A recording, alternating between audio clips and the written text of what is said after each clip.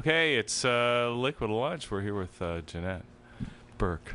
Okay, so what happened? You went down to what? Try out for what? I Jeanette? did. I went down on Saturday to try out to be a regular online contributor for the new Marilyn Dennis show, which is going to be on CTV starting this January. And stood in line for over 7 hours just to get 1 minute audition on tape. Yeah. And prepared, you know, it's quite a lengthy process to audition for something. You have to prepare answers in advance, and you have to enter them online, and then you have to print everything up, plus your resume that I had to prepare with all my media experience and my regular experience as a marketing PR coach and consultant and publicist before. And 2 headshots, and I prepared this whole kit with the demo tapes, from our show. And just went there and did the best I could, and there was over 1,000 people there, and then there's another 1,000 applying online from across the country. To be an online contributor. Yeah, and you got 1 minute. And what'd you do? Well, you don't have a lot of choice. You know, they put you in a tent if you make it that far. I did make it that far. An oxygen tent? No, a tent in the parking lot at 299 okay. Queen, where they had a producer kind of interviewing you for 1 second. So I waited 7 hours for that, and I was number 579. But once you had your number, you were allowed to go to get something to eat or use the bathroom or whatever and come back and not lose your spot. Although a lot of the fun was being in line and talking to the other people, because I'll tell you something. I found some really great guests for this show. You know, I don't waste my opportunities, right? Yeah. And that's part of the fun, right? So when I got in, you had to be fitting into a category, either finance, health, fitness, decorating, or fashion, or something like that. Anyway, I went and made my own category. Which was?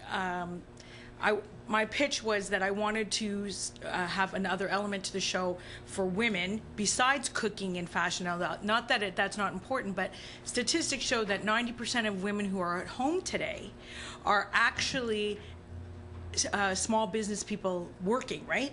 Because women make the majority of the workforce, particularly in the small business realm or work from home office realm.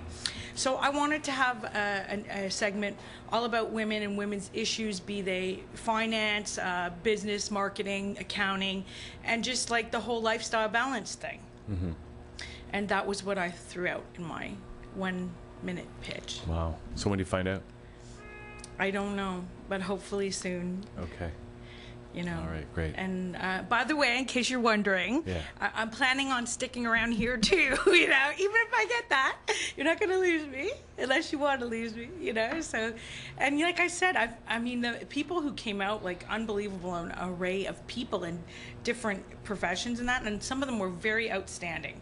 And I mean, even people from Montreal and that, and I'm like, have you heard of Liquid Lunch? You know, and I'm like, we got gas from now until I don't know when. Okay. All right. Yeah. So what do you want to do now? I think we've got... the magnetic marketing moment. Do you want to start that now, or do you want to take a quick break? Yeah. No, let's just go Okay. for it. I think we got Doron on the phone here. Yeah, we got Doron, yeah. Let's see if Doron is actually here. And Doron, are you there? Yep. Okay, we got Doron on the phone, and this is your the magnetic marketing moment with your marketing magnet, Jeanette Burke and Doron, Levy on the telephone. Colleague today from. Well, Doron, why don't you introduce yourself? Take a moment and introduce yourself, please. Okay, sure, not a problem. Well, I'm in the real estate industry, and right now I've been providing a lot of marketing expertise and advice to realtors and mortgage brokers. What I've done is I've taken my past experiences and applied them to my current the industry that I work in now, and I find that it's very exciting how real estate agents react to this exciting new marketing medium. Right. Well, that's why, I invited you to be part of my segment today, because I really value your expertise as an esteemed colleague and friend. And let's just get right into it. We're going to talk today about everything you need to know about video marketing Right. And you know the whole thing about video presence on the internet being is it really an effective tool to build a client relationship and worth adding to your marketing mix? Do you think yes or no? Oh, yes, definitely. I believe that, especially in the real estate industry, it's a relationship-built industry, and having that video presence definitely hits that relationship-building home by having that face. It's not face-to-face contact, but there's a face behind the voice and a face behind the name. Right. So I was going to add to that and say, isn't that the whole purpose of the whole thing about video marketing and why it's becoming such a big trend, to the point that your traditional websites are now starting to become more like all video website? And I think that it's a really great way to build your presence online and to connect with clients. And the reason is that the credibility factor that I think cannot be achieved in writing, like the written word. When you have a video of yourself, it's almost like you're there talking and really just selling yourself live, as opposed to selling yourself via copy or content and hoping somebody resonates with that. Yeah, you know what? Actually, when you say that, Jeanette and Doran, maybe you can weigh in on this. The thing is, if sales is about building and maintaining a relationship, and it is. Well, when you're watching a video of somebody that you're maybe going to do business with, you're getting a real feel for them. You're getting to know them. Actually, that relationship is way further ahead than if you're just reading text about somebody or even seeing just a photograph of them. Doran, would you agree with that? Oh, absolutely, absolutely. I think we as humans react. We pay more attention when there is like vocalization or visualization in marketing. I mean, there's all this ongoing. Studies saying that print marketing is sort of on its way out, and the door hangers are not working, and direct mail is not working. So, what is someone to do? Well, video marketing is the way to go. I mean, everyone's on the internet. Everyone's on a computer at some point in their time and in their day, and doing searches online for advice or any type of industry, you're always going to get those video results. So, I think that building the relationship that way, starting that way, is the best way right now. Yeah. Plus, if I could add to that, statistics on Nielsen ratings show, and actually it's Nielsen ratings and CAM score show that videos, especially on YouTube, 99% watched. Right. I mean, YouTube isn't the only vehicle to post a video in, but 99.9% watched. So that's a huge statistic showing, and I think that I would like to add in saying this that I think one of the benefits to doing video marketing, it's of course building your credibility and all that and giving people a look inside yourself, right. But it's also the cost. I mean, in essence, when you create a video and put it online, it's replacing the old ad, right? The old ad that you would normally have to pay for. And that would cost thousands of dollars. When you do your own videos and put them up, you're saving all that money. Plus, it doesn't have to be in the form of an ad. Correct. The problem with an ad is That it's salesy, or it's biased. You know that the purpose of it is to manipulate you into doing something that the other guy wants you to do. Whereas a video on the internet could be strictly information. Correct, and it could be information about your product, your service, you. It could also be information like articles that can be spoken articles instead of written articles, and conveyed that way, or it could be a how-to. And the other thing is, it could be a video presentation, like you can do a PowerPoint on YouTube. Yeah. And provide all kinds of different information or instruction or how-to, and use your picture and your voice and not use an actual video format. So there's lots of good things about why we should do the video marketing. If I could also add, Yeah, YouTube has also become a very powerful force in the search engine world as well. In fact, now that it's sort of it's owned by Google and it's all sort of one thing. When you search in Google, or if you search in YouTube, everything is cross-referenced now. Like when you do a search in Google, chances are you may hit YouTube videos that hit those search terms. So it's also important to note that YouTube as a search engine as well is becoming a powerful force on the internet. That's true. And of course, if you do your videos properly we're going to touch upon this in a second, but the way to really tap in and max out that built-in SEO, search engine optimization, that YouTube has to offer is making sure that when you post your videos, you use really good descriptions, captivating descriptions, taglines, keywords, and that sort of thing, so that you can come up higher in your search. It starts with the title, actually. Title, yeah. It starts with the title of the video. I mean, you need to have those keywords right in there. Correct. Interesting. Okay, Doran, before we move along further, you're primarily in the real estate sector, but is this video marketing good for every business, or is it better suited to real estate, or what are your thoughts on that? Well, I think any industry or any type of business can definitely benefit from having video presence, especially if you're a one person business, like if you're self-employed and you're just sort of, whatever it is that you do, if you're in massage therapy or a dentist or anything like that, having that video presence definitely puts you on it's a differentiator between your competition, number one. And number two, when Jeanette talked about the how-to videos, I mean, it's limitless what you can do with that. I mean, in any industry, previous to working in the real estate industry, I was in retail, and we would, video marketing for small retailers is a big thing. It's just, you can give previews to what's coming up. Like if you're in the textile industry, you can do how-to videos. If you're in the hardware sector, there's just so many different opportunities that I think every industry can really benefit from in video marketing. And I agree, because you see now today even politicians are using it. Absolutely, yeah. Corporations are using video marketing. There really isn't any business that's not using video marketing.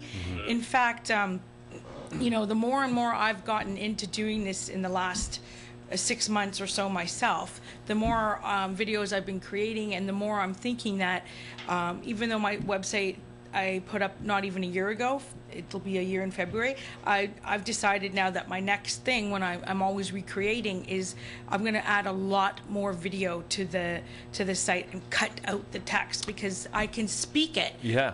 And then I have more room on my website for my blog. Another thing that's I wanted to bring up here is that if you're doing a blog, which I do a blog, and doing videos, you can combine it to do a video blog, and it'll save you a lot more time. I'm also looking at that. What do you think about that, Doron? Combining blogs and videos is a great way to sort of change it up. When I was consulting in the retail industry, I would do like one day of the week, I would blog every day, and one day of the week, like Friday, I would do a video. Whether it would be a how-to or just state of the industry, state of different sectors, just something that my subscribers could look forward to that one day thing, to have the video. I think it's a very nice addition to the written word. It actually enhances and sometimes overshadows the written blog. Yeah, and I think also too, it's like, do you think people want to read today, or do you think they want to watch? Because we have very short attention spans. I was just actually thinking about this. How many people do you think were watching the Chilean miner rescue?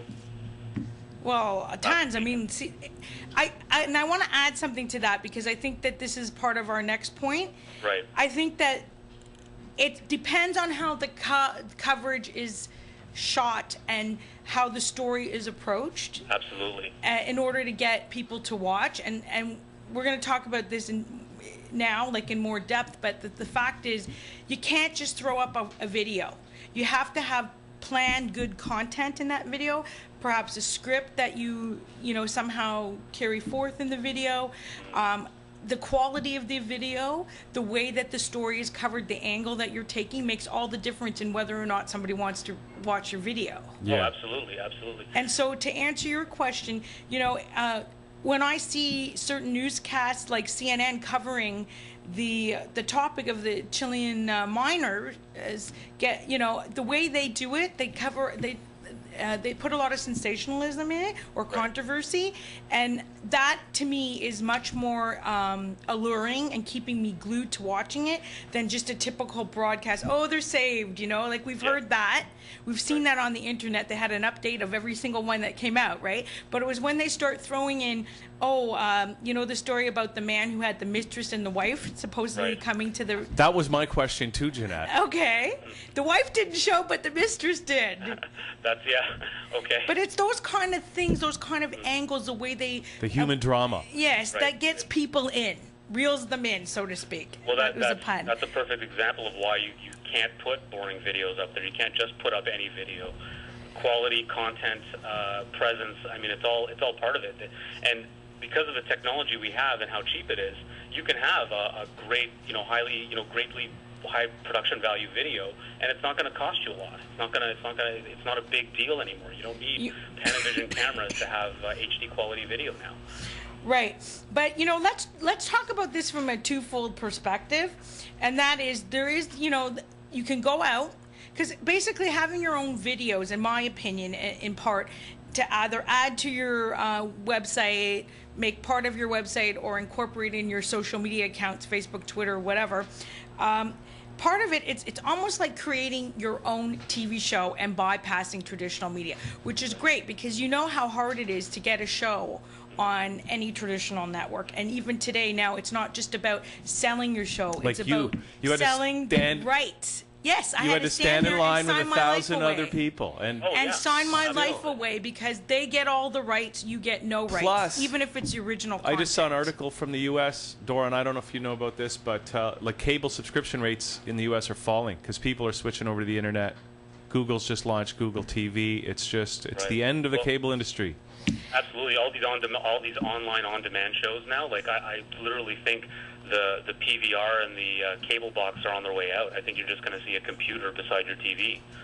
Yeah, or they're going to become one. But my point was just kind of getting back. I've lost my train of thought a little bit. But the fact being that to get your own show on a national, very, very difficult. It's very difficult. You don't just prepare a pitch and go for it, but you literally sign your life away when you give them all the control. So being able to create your own videos, almost like your own TV show, is a great way to bypass all of that. And you know what?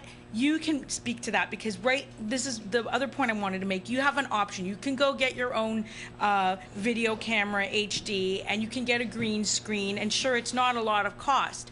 But where are you going to make your videos? What are they going to look like? And so this is why I'd like to also, you know, throw into the mix that there is the possibility of doing your own TV show on a station like that channel that can help you to create even better videos because you provide a studio atmosphere and it's more professional, let's say, because, you know, you don't want to be... First of all, you don't want to be doing amateur things that are going to take away from your credibility. Right. But the other point, too, is that you don't want to be doing what every single other person is doing in your industry. You have to find a way to stand out. And sometimes differentiate yourself. Right. And that is partly achieved in the content of the video and the quality and the script, but it's also achieved in how you present yourself and the professionalism you convey. Right. Okay, so do you want to comment on all that? Definitely. Our industry, speaking specifically of the real estate industry, I got to tell you, image is absolutely everything. And you know, when you put up a video on your website or on YouTube, and usually it's all interconnected now, anyways. You know, you want to have those high production values. You want to have those. You want to have the proper lighting. You want to have the proper angles. Like, you know, a lot of people, you know, especially real estate agents, they don't know what their good angle is, or they don't know. How to write a script. Some of them think they can do it themselves, but it's not. I mean, you have to keep the viewer entertained, right? So having those higher production values definitely is more engaging to the viewer. Absolutely. Okay. I just want to add something there too. I think the way that the industry is changing, to do your own show on the internet, to be able to be successful, to prove that you can do it, to generate an audience on the internet. Mm-hmm. Then if you do get to a place where you're negotiating with terrestrial broadcasters, you're in a much stronger position because you've already got the audience. So you're going to be that much better if they pick you up as opposed to you. And they can see that you can prove yourself. You don't have to prove yourself. You've already done it. do Right, that. but then let's get into some of the disadvantages then, because when you create your own content and you put it on, let's say, YouTube, which is the most watched over Blip, over Vimeo, over any of these other, I guess, sites that promote videos.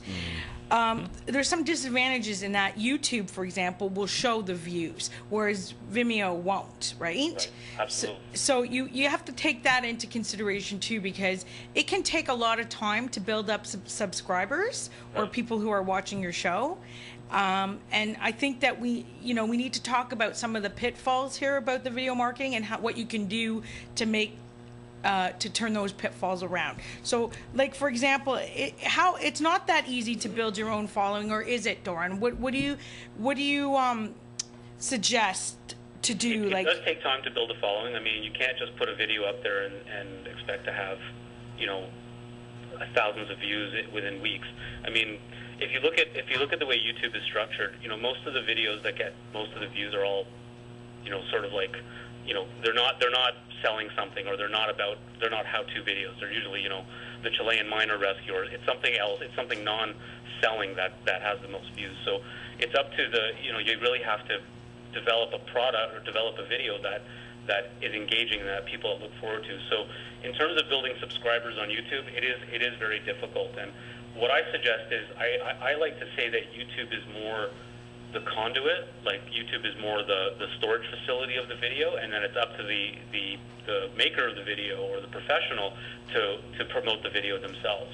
And then they use social media to promote that, like either through Facebook or Twitter or MySpace or any of the other vehicles that they engage. But as for just putting a video up on YouTube and expecting viewers, you're not going to get that. I mean, there is a way to optimize keywords, and you want to make sure that all those tags are in place, and those specialized words that reflect what you do are in place there. But again, with YouTube, it's sort of a do-it-yourself type of marketing vehicle. Right, but I would like to add two things to what you were just saying. Number one, sorry. I think it really boils down to a couple things. Number one, you got to know your niche and your target audience, and to know what are they looking online? What are they looking for online? Because it's very different when you're a kid, let's say, or a teenager, and some of the videos that got posted that get millions of views versus like a topic that may be more dry that could be a business topic. So you really have to gauge it according to that. And then I think you need to look at some of the other things you can do to increase traffic and subscribers to your site, and just to build up subscribers, such as constantly promoting your videos. Absolutely. On everything that you do. Like your social networks. Yes, and making sure that when you have your social network set up, you put in a feed that's an automatic feed on YouTube that'll automatically post your latest video to your social media. You want to link your accounts. You want to link all your accounts to YouTube. And also, you want to explore links and possibilities of affiliates with other people's videos or other people's video blogs that maybe you can partner and share to cross promote. What do you think about that? Oh, definitely. I mean, if right now, in my industry, what we would do is, the perfect combination would be a real estate agent and a mortgage agent. Both putting videos together and cross promoting. I really do believe that link backs are also a good way to get people to get back to your video. Now, in terms of the video itself, I honestly believe that it's really important to have the video hosted on through a major like Vimeo or YouTube, but also have it embedded on your site. I hope we're going to be talking about that. That was my next point. Which is so great. It's so great that these sites allow you to do that. You just upload it once, embed it anywhere. Exactly. Yeah. Particularly, I use the WordPress type site, and WordPress allows for that. It has SEO right in it, has a blog right in it. So every time I do an episode, I get an embed code, and I can stick it right in as under a blog log, as well as put it up on the YouTube channel. Right. But what about things like TubeMogul? Again, these are also... these are directories, by the way. We should define... YouTube is not the only player on the block, but you have to look at where people are flocking to, right? Okay. I mean, sorry, go ahead. For the viewers, though, let's just define what is TubeMogul and directories like TubeMogul. Well, TubeMogul, I believe, is it categorizes the videos. And it also allows you to broadcast on numerous, like, so it's almost like a directory, a blog directory type of thing. Oh, okay. So that, yeah. So that, So you can that repost would be a lot. good for niche marketers for sure. Yeah, the only thing drawback to it is you can't use it for YouTube. You have to manually input it on YouTube, but it allows you to put it, like, rebroadcast it almost like a podcast, like 5 million times over. So it's kind of good. It gives you added exposure. Oh, Doron, my question then too is, if you had a choice to do a podcast or a video, do you think video has taken over podcast, basically replaced it? I believe that podcasting is, I mean, again, I like video. Video just is, just speaking specifically about my industry, video is just such a great tool. And when you look at podcasts are things that, you can listen to online or download to your iPods, which is what the original version of, the original purpose of podcasting. But now most iPods play videos. Most MP3 players can play videos. And cell phones. And cell phones, yeah, smartphones. Like, it's just so easy. It's so easy to access video nowadays that I don't think if you had a choice, if you could not do podcasting and only do video, one or the other, I would go video, hands down. Yeah, it's even just thinking in terms of where the audience is, which is on YouTube. Really, I don't know, but huge majority of people get their video from YouTube. Absolutely, well, and you have all these apps for the phones that direct you right to YouTube. So it's almost like there's a direct connection from your phone. It's not even like you don't even have to search your browser. You just click one thing on your iPhone and you're there. Yeah. So maybe then, like, just to sort of sum it all up, how long do you think a video should be? Because even if people are watching it on the phone, right, they can only get so much of it. How long do you think a video should be? If you're gonna do like a how-to video, you really want to keep it short and sweet. I look at it that way. Most of the videos that I was working on before, you're looking at about 2 minutes and under. I mean, I think after 2 minutes, it's sort of you're losing concentration. That's the other con about the high speed of our internet now, is that the attention spans of viewers are very, very low. So it's important to get that engaging information across quickly and compact in a compact and practical medium. So I think it's important to keep it under 2 minutes for sure. And again, that really depends on if you're doing like a how-to video. If like my latest video was about bad credited mortgages, I kept it under 2 minutes, and I think that's a good time for that. But if you're doing like a video tour of a house or something like that, like you want to show as much detail as possible. But then again, the viewer is already in that mode, like they're looking for that detail. Yeah, I just want to add to that, Doron, because there's certain kinds of content that actually video is much better suited for than text. For example, one of them being obviously to show a house is one thing, but even the how-to videos, sometimes people can get it so much faster when they actually see it on a video rather than reading a manual. Or a template. And even if it takes longer than 2 minutes, maybe if it's a complicated procedure or something like that, it's still way more efficient than reading a manual, reading text that you have to interpret. Yeah, that's what I was going to say, something to the effect of, depending on how interesting your content is that, we still have TV shows that are 1 hour. We have some that are 30 minutes. We have Dancing with the Stars, which is on every week for 2 hours, and people watch it. So, I guess there is the debate, like, is the attention span really just like 2 minutes of video, or could it be longer? I think it depends on the topic. I mean, Dancing with the Stars, yeah, I could sit on the couch for an hour and watch that.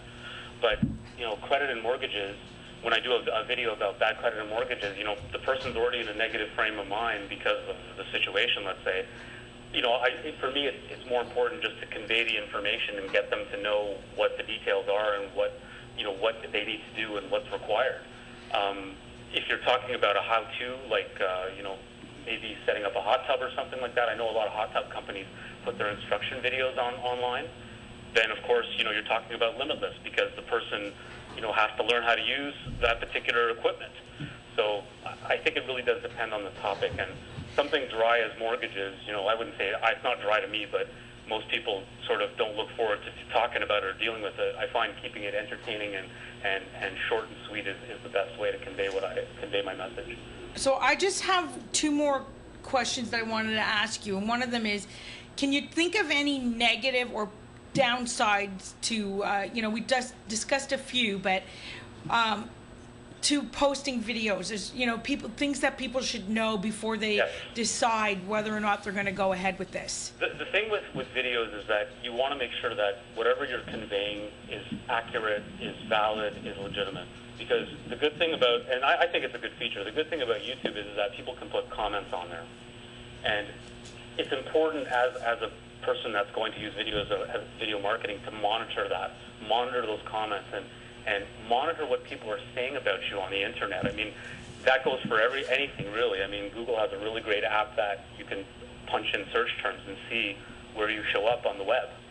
I think that's an incredible tool that they offer. And in terms of videos, that's also important. You want to make sure that, you know, you're not just, you know, blowing hot air on the internet as opposed to in real life. So Right. it's one thing to monitor your presence as well. Not Right. just, Okay, I agree with not all just that. upload those videos. Okay, lastly, join me. I'm going to just start it off and then you can jump in. The main question I get from my clients who come to me to help them, you know, create content and scripts and what have you, before they actually go to video or, you know, shoot a video or call someone like you to help me shoot it. The main thing they ask me is, how do I get subscribers? Right. You know, that's the biggest concern. You know, I don't want to go through all this and not get subscribers. Well, some of the ways I tell them is again promoting and linking and all that, which we've already talked about. What do you have anything else to add? Like, how do you suggest people get subscribers? I'm a big believer in complete integration, right? So if you're on Facebook and you have a Facebook page and you have like 600 Facebook friends, you know, you need to run it through Facebook. You need to run it through Twitter. You need to run it through any of your followers. And now I also want to say that, you know, it's not only important to link your video through your social media networks, but it's also important to promote it in your paper media. Like when you hand out a business card, you know, and your website's on there, your video should be on your website. Right, and there should be a link right on there. How-to videos on YouTube. You know, that's something you should tout and put on your business card and say, you know, check me out on YouTube and give the address. That's something that's also important, and I think a lot of people forget about that when they're networking face-to-face, and I think it's important to also promote it. Or even putting it like even on your signature block when you're signing your emails that you have Absolutely. these videos. That's a great way. Yeah, I consider that part of the put the business link. card. Or in your newsletter or your blog post, whatever it is, put the link. Also, I think having it present on the homepage of your site, go here to watch my videos or click here to watch my YouTube videos, is also really important. Absolutely. I mean, I sent out an email saying I was going to be on the show about an hour ago, and I got like 20 emails already about people interested in it. So, you know, I think it's important to cross promote in any way, like not just, you know, using your paper media, using your email footers. All that stuff is it might seem like it's blurry, but it's not. I think people do catch on with when you keep promoting it that way. I promote everything for the show and everything that way too. So yes, I do agree with you. I think you know, if there's one thing that I could sum up this this talk and everything you want to know about video marketing, I would say that I think in the next, and you can agree or disagree with me, but I'd say that in the next maybe 2 years to 5 years, the traditional website as we know it is going to be a thing of the past, and most people are going to be using videos. What do you think? I have to agree. I'm sort of into this whole web marketing thing, and the technology that's coming down, like in terms of programming and coding, it's making it easier and easier to put videos on your website. I mean, we have Flash, which doesn't take up a lot of space. There's these programs you can buy to make your own Flash animation and Flash things.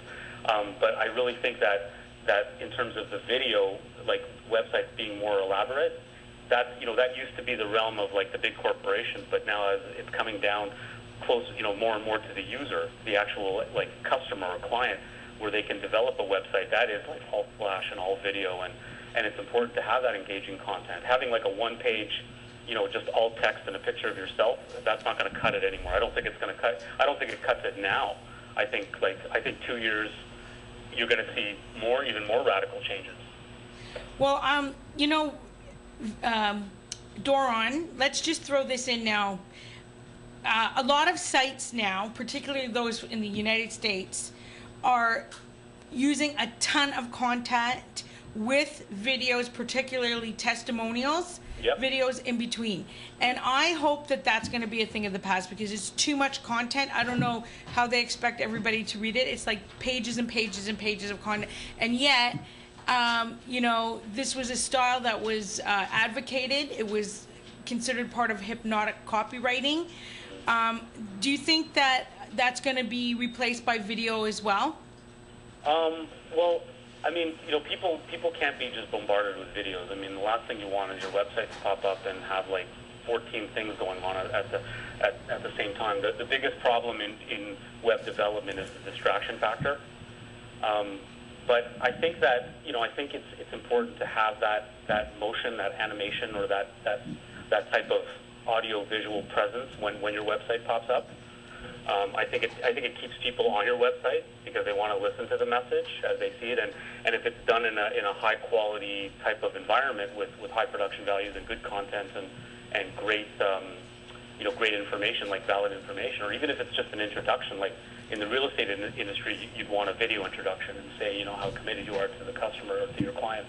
I think it's very important. Yeah. Okay, so I would say that seeing is believing is the message of today. Yeah. And I would also say that if you're going to do it, do video the best quality that you can, whether that's purchasing an HD camera. Yeah. Or using a studio like that. Yes, using a studio and using professional videographer, like, you know. Right. The thing, you Like know, that, just to quickly add, like in my industry, real estate agents, Yeah. and mortgage agents, like they don't have time for this kind of stuff. So, you know, having someone that can provide that type of service, that's excellent for them. Or Yeah. at least work with them as a coach to get it all together and then bring in the appropriate source. Well, Right. that's a good point, Doran, because sometimes people, they try to set up a studio in their house, whatever. They're spending a lot of money, a lot of time, trying to figure it all out. That's not really where they should be spending their time and money. No, They should that's be not their spending job. Their job is to sell and market That's houses. right. You know, figure out what are you really doing? What's your real business? Do that, and go hire the people you need to do the thing. The other thing, I just want to make a point about something like that channel. It's one thing to be there and doing a video about yourself, talking about your business, selling your product. It's another thing to be involved in a conversation with a third party, Exactly. like here on Liquid Lunch, and where there's no vested interest in the message of the product. It's really just talking about it so that it's a third-party validation, and the product gets to speak for itself, and it doesn't come across like an infomercial. That's true, and that was Yeah. one of my points too. Great. You know what? I just want to throw in as well that I think that when you have two people on camera or on screen, I think that's more engaging for the viewer as well, especially if Yeah. you're having a discussion Yeah. about a certain topic. Absolutely. And that's where you could throw it into your own show, right? Yeah, I mean, absolutely. whether it's a show here or if you're going to do your own show with your own green screen, you got to plan it like it's your own show, or the videos are going to get really, really boring. Absolutely. Right. People will look forward to if you do label it, market it like a show, like a weekly or a bi-weekly, you know, information episode or something. People will look forward to that. People who are interested in that topic or interested in what you sell, that, you know, they will look forward to those shows. And if you commit to doing that, that was, you know, not to digress, but that was the one caveat about blogging 5 or 6 years ago. If you don't do it every day, people don't take you seriously, right? Now, I'm not saying you have to put up a video every day, but if you do have that weekly show and that weekly consistency, you will build a bigger following as well, because you'll have more content on the internet, more tags, more keywords, more direct link backs to your site, etc. So that's another good way to build up. And I agree with that. And again, you know, that's what I teach people in part of my coaching program is, you know, how to plan your content, how to write scripts, how to get this together. I bring in the videographer as the next step. So, you know, I'd like to be able to help clients do that. And also, you know, I can call upon DORON for his services because he's really great at especially in the real estate arena, and I have a real estate agent that I'm working with now, and I know Doran's going to be a part of that project. And I'd like to also say that I do have, as a giveaway today, for the first caller in, a half-hour free assessment if they're trying to do some video marketing, and that's worth $150, so I could go over it with them and help them out, and then, you know, maybe Doron can also help me produce the video for them. Great. Absolutely. Anything for you, Janet. Okay. Thanks, Doron. Doron, thanks for phoning in. Too bad you weren't here in person. Maybe next time. Yeah, I we hope can, you feel catch better. Yeah, thank you very much. Yeah, I am feeling better, but thanks for the thought. Okay, I'm glad All that right. you could call in and at Yeah. least be here with us that way. Thanks so much. No problem. Thank you for having me. Okay, take care. And Jeanette, before we go, let's make sure we give out the right Call-in number. well, the web coordinates for you, for yes. whoever else. So Okay. we want to. Doron, what's your web coordinates? People can reach me at www. It's centum, CENTUM /Doron_Levy. So that's DORON_LEVY. Okay, and What my sorry, coordinates? Yeah, is that a website, Doron? That's my website, yeah. So centum/Doron_Levy.com or something? No, just Doron._Levy. Is that your email or your web? That's my web. No, Okay. sorry, it's centum.ca. I missed the part there. My apologies. .ca. Okay. Centum.ca /Doron_Levy. Okay. Okay, great. And my website is www.yourmarketingmagnet.com. And the call-in number for that giveaway today is 204-9951. We'll give you the office number. 9951. So that's the first person to call in. Okay, great. So we're going to take a break. Okay. Come break, back. and we're coming back with Naomi. Naomi Shapiro's here, and of Designs by Naomi. we'll be right with back. a little on fashion channel. show. Okay. Okay, Dawn.